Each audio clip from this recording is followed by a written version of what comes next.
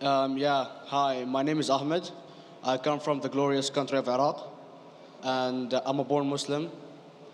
My problem is that I practiced Islam when I was. Brother, first we'd request questions from the non-Muslims. Yeah, Once all the questions from non-Muslims are over, inshallah, we'll give you a chance. yeah, but I'm telling you my problem only. It's okay. But you said you're Ahmed and you're a born Muslim. I am born Muslim. But now are you a Muslim or not? I'm agnostic. Oh, so now you have left the religion of Islam. Yeah, I'm confused. Okay, fine. If you have left the religion of Islam, you can ask the question, brother. Okay. So my question is, how come I don't have the faith that you and the other Muslims have and some of my friends, even though I practiced Islam a lot and I even did Umrah, but I still do most of the sins that are forbidden in Islam, and I sometimes am lazy to do the prayer and the other subjects we have to do in Islam.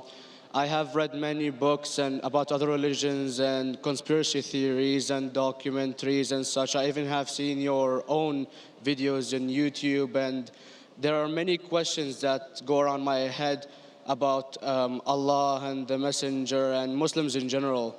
And basically, the most important question is, you said in one of your debates or questions that Allah is the creator and He's uncreated.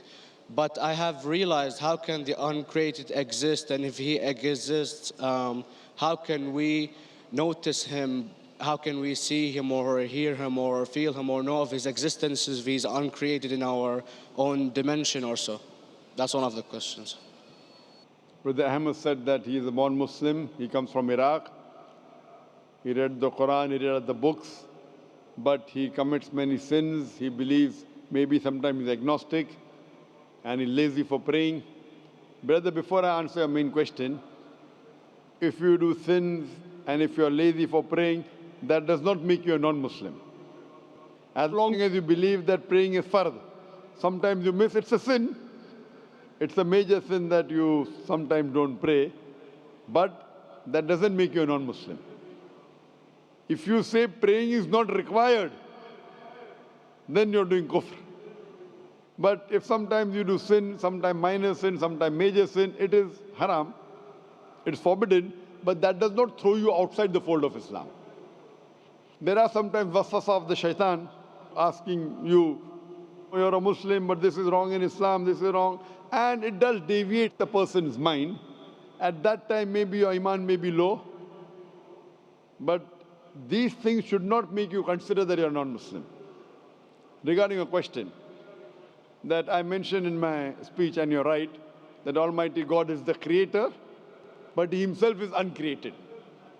You asked the question, how can the uncreated, how can we see the uncreated, and how it's possible? Allah subhanahu wa ta'ala is Khaliq, is the creator. And by definition, He's uncreated.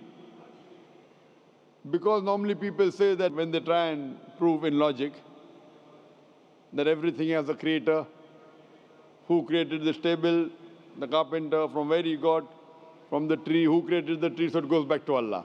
So when many of the people try to convince an atheist, they try and say that everything has a creator, and then they get trapped when the atheist asks him who created Allah. So if you hear my tapes, I never go that way. I ask the atheist that how did you come to know about the universe? How did you come to know about the functioning of the stars, of the sun? And he says, and goes back, that the creator. So it's the vice versa. So if you know how to deal with logic, you don't trip over this problem with the atheist trap, the Muslims or the believers, by saying who created Allah. By definition, Allah is uncreated. And if you ask the question, who created Allah? If you have heard my tapes, I give the reply, that suppose a person comes and says that my brother John. Yeah, I know, I saw that, I heard that's funny, but I mean, how does he exist if he's uncreated? Not that is Allah. automated. Yeah. That's the difference between you and Allah. How does he exist? Means he was existing. He doesn't have a beginning. You and I have a beginning, that's human being. So that's the difference between us and Allah. You can't say that Allah has to be like us. If Allah is like you and me, why should we worship Him? I see, but have you heard of the phenomenon, the Big Brother? used by various orders and political agendas to control the people and such by implementing it into multiple gods. And then later on, it became a monotheistic religions all over the world to make it easier for Big the Brother, people sorry, to. I've never heard of the religion Big Brother. It's not a religion. It's like a theory, an idea, basically. For What does it example, say?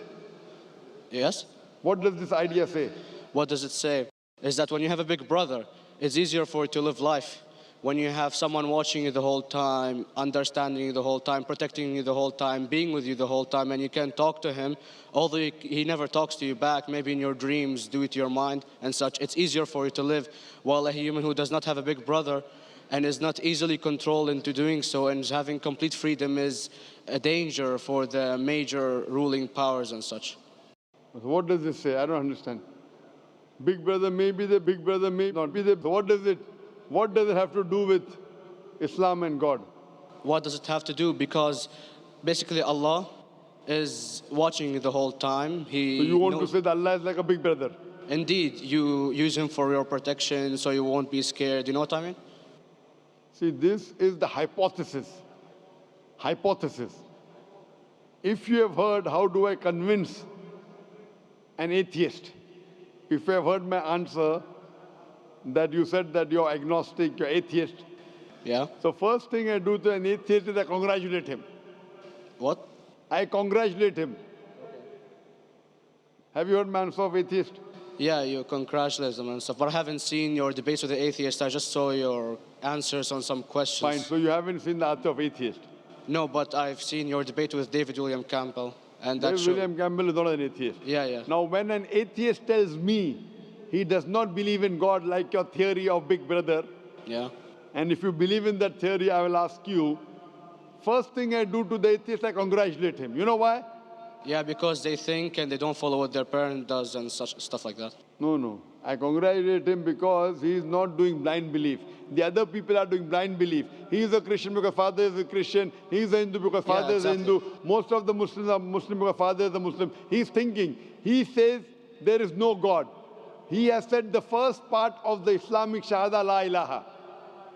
The reason I congratulate him is because he has said the first part of the Islamic Shahada, Islamic creed, La ilaha. The only thing I have to do is illallah, which I shall do inshallah. So if you have heard my answer, an atheist becomes an atheist because he believes in science, he believes in logic.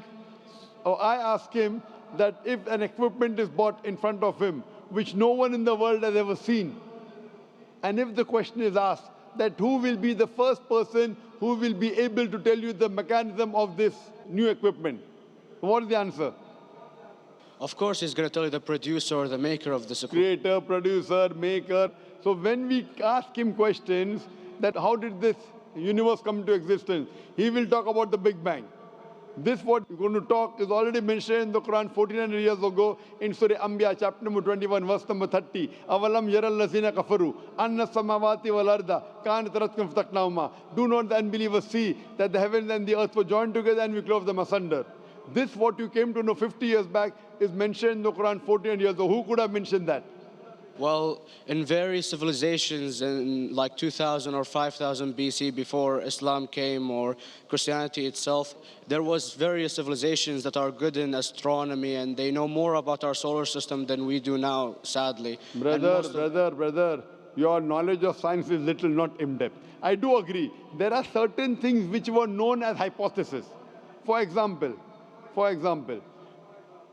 we came to know, we were proved that the earth was spherical in 1577.